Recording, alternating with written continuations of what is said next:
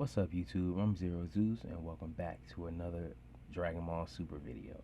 So this is going to be my Dragon Ball Super Manga Chapter 52 review. Please like, subscribe, share, and comment. And let's get right into the video. Well, it's going to be more like a review because I've already done this and it just so happened that copyright exists. So I was trying to be creative, ended up being a little bit too creative, and so yeah, my stuff got taken down, and so I had to revise the way that I did it, so please excuse. And here we go. So basically, the manga chapter starts off where we left off. Basically, you have Vegeta is finally on Yardrat. If I'm not mistaken, I think that's where the manga chapter opens up. He's on Yardrat, and what's crazy is you get to see different kinds of yardrations. I don't know how you say it. I don't know. It's not like saying Martians. Yardrations. I think that's what it is though. And you get to see the different versions of the species, which is crazy. At first I was thinking it's like, oh, well, they're all different sizes and they're super big and super small, but no, I think all of them are super small. But just in this chapter, we get introduced to like their gigantification. That's funny. But yeah, we also get like our reintroduction in the spirit, I want to say, because I feel like it was little remnants of spirit already around, and it just wasn't put into plain words until now. But hey, and another thing I want to say, Piccolo, I like the way they just gave the homie some shine, but we're gonna go about this in order. And okay, so Vegeta's actually on Yardrat. He actually gets to talk to the Yardrations, right? And he's basically talking to him, and he's trying to figure out who taught, who taught Kakarot the instant transmission, basically. And I think it was one of the guys it was like a bunch of little Yardrations, right? Yardration. Please, if I'm saying this wrong, please excuse me, because I cannot pronounce the word to save my life. But so amongst the crowd, the guy he was looking for, he was among them. But it was crazy because he was actually multiplying himself. And the reason why it was so many of them is because he made so many of them with his spirit, right? And so they get all into the concept of spirit and how spirit is what Goku actually calls chi, right? And at least I think that's what they say. Please quote me, correct me if I'm wrong. But and that's basically what they're saying is spirit is what he uses to do the instant transmission technique. So basically, when he's looking for, I guess when they were saying he was looking for energy signatures, he was looking for spirit. I don't know. Maybe I don't know. Maybe I'm just reaching a little bit too far. But so long story short is Vegeta basically talks them into teaching him spirit, and we see them leave off at that point. Like he's talking to him, the Yardrat guy, he turns big, then he turns small, and and he's just basically showing him what he can do. And it's crazy because it leads into the fact of what else can you do? That's the way that they use it. They use it passively. What if you used it for what a Saiyan would use it for, right?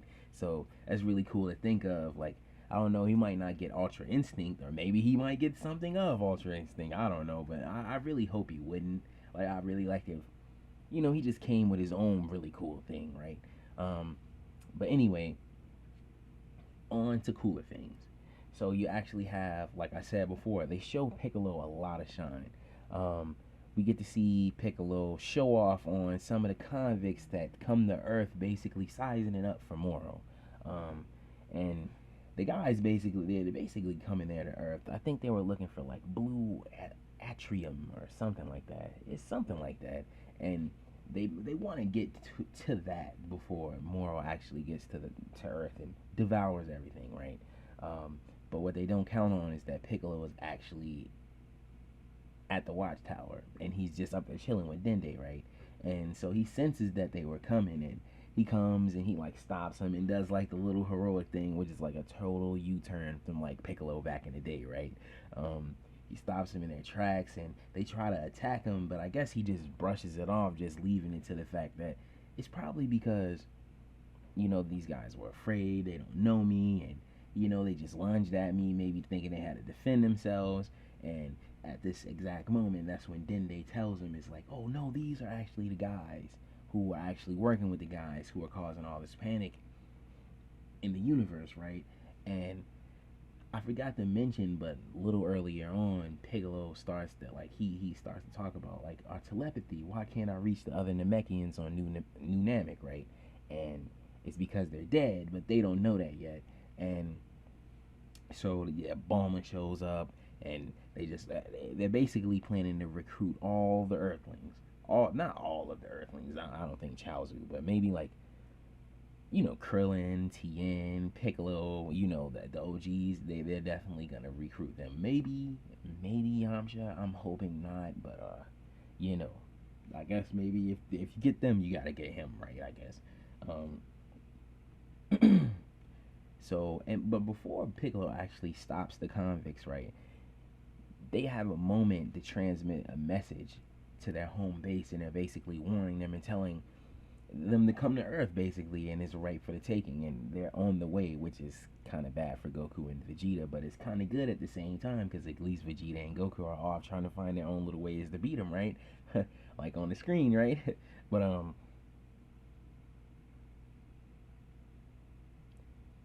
so I guess that kind of like wraps up the Piccolo side of things. He actually like thrashed them. It was really funny. They were like using a lot of techniques that are all in Piccolo's arsenal, which is really funny. Like the stretchy arm thing, and he just like really just brushed them back like you would expect them to. Because I would have probably been mad if they came there and they actually gave Piccolo trouble. I would have probably been mad. But anyway, on to like something really juicy. Um, so we have Goku, Ultra Instinct, Mirrors. So again with Mirrors, and I don't understand, is he like some type of angel or something, or something close to an angel, or anything dealing with that? Because I want to understand how and why he understands Ultra Instinct. Does he have it? And like, if he does, why? What is going on? But anyway, basically, what's going on is Mirrors is gonna teach Goku how to obtain Ultra Instinct of his own free will, like anytime. Um, I think what he told Goku was that he needs to harness that feeling, the shock of his emotions. It was something like that. It was something really deep like that. I'm like, that's crazy, because it sounds kind of different from what they originally were telling us about Ultra Instinct to begin with. But whatever. Hey, whatever. As long as Goku gets Ultra Instinct, hey, it's okay with me. So they have these moments where they're just talking and they're going back and forth, and they actually reveal their own little hyperbolic time chamber, right? They have their own little spirit time, and it's not really as good as the one that's on Earth, and it's actually, I think, for like every hour in there is like 3 days. So don't get me wrong, it's useful. And so he actually takes him in there. Mirrors takes him in there because he says this is the only way he'd be able to show his true power.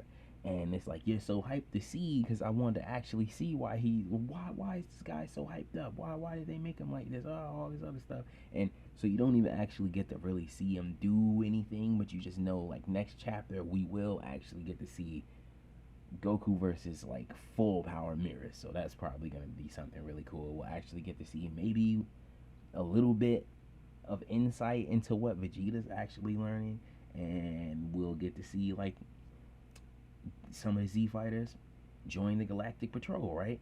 Um, but anyway, I'm gonna end it right here because I made this video super long. This is gonna take me forever to upload, but hey, whatever, trash internet, who cares? Um, I've been Zero Zeus. This has been my Dragon Ball Super Manga Chapter 52 review. Please like, subscribe, share, and comment. Thank you for watching, and I'll see you all next video.